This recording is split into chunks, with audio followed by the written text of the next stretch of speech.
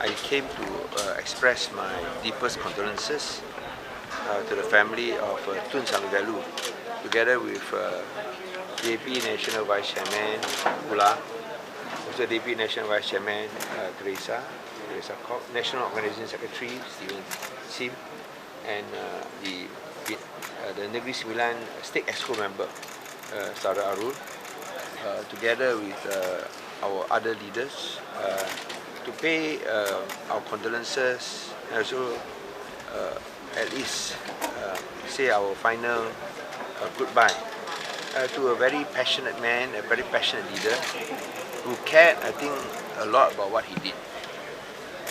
I must admit that we are on different parties, despite our political differences.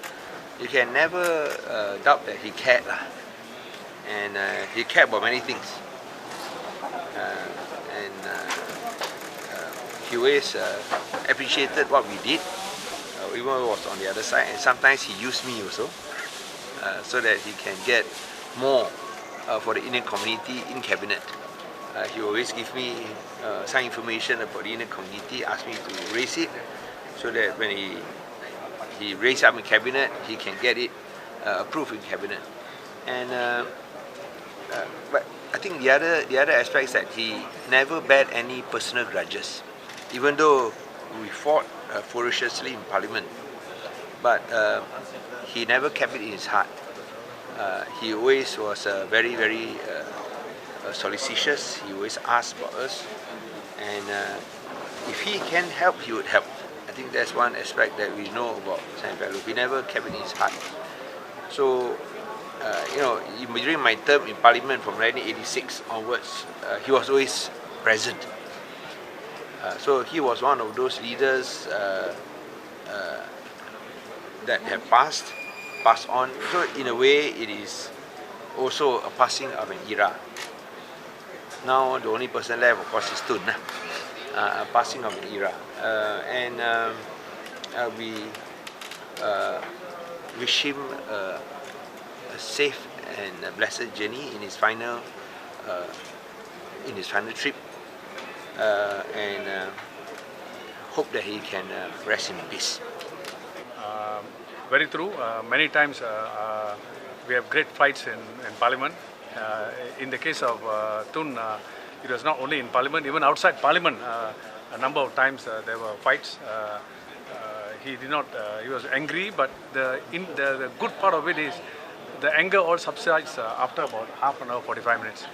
And one beauty compared to many of the Barisan ministers I've seen about him, if you got a problem in your constituency in relation to his ministry, it doesn't really matter. He will take up that thing and immediately order his ministry to go and look and see what has he done. And when we come back to Parliament, he will ask, Kula, has it been done? Was it attended to? He is one person of that nature. Like what my chairman said, he has told me many times, thank you for being in the opposition, thank you for coming there to speak up, because you make my life easy in the cabinet. Because I can tell that not only he is speaking for the Indian people in particular, but also the DAP is airing the view, and they are trying to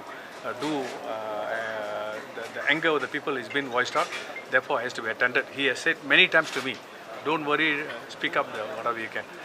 I think all we MPs, during his time will remember that he is one of the colourful and very interesting ministers, and he was very familiar with his ministry. There were times that we tested him, by raising whatever road, that was out of the question that he's supposed to answer. He managed to tell you, you don't test me this, I know the construction, level of that area and blah, blah, blah. So he was so hands-on and, familiar with his ministry. So I think he has left a lot of legacy for us to remember him.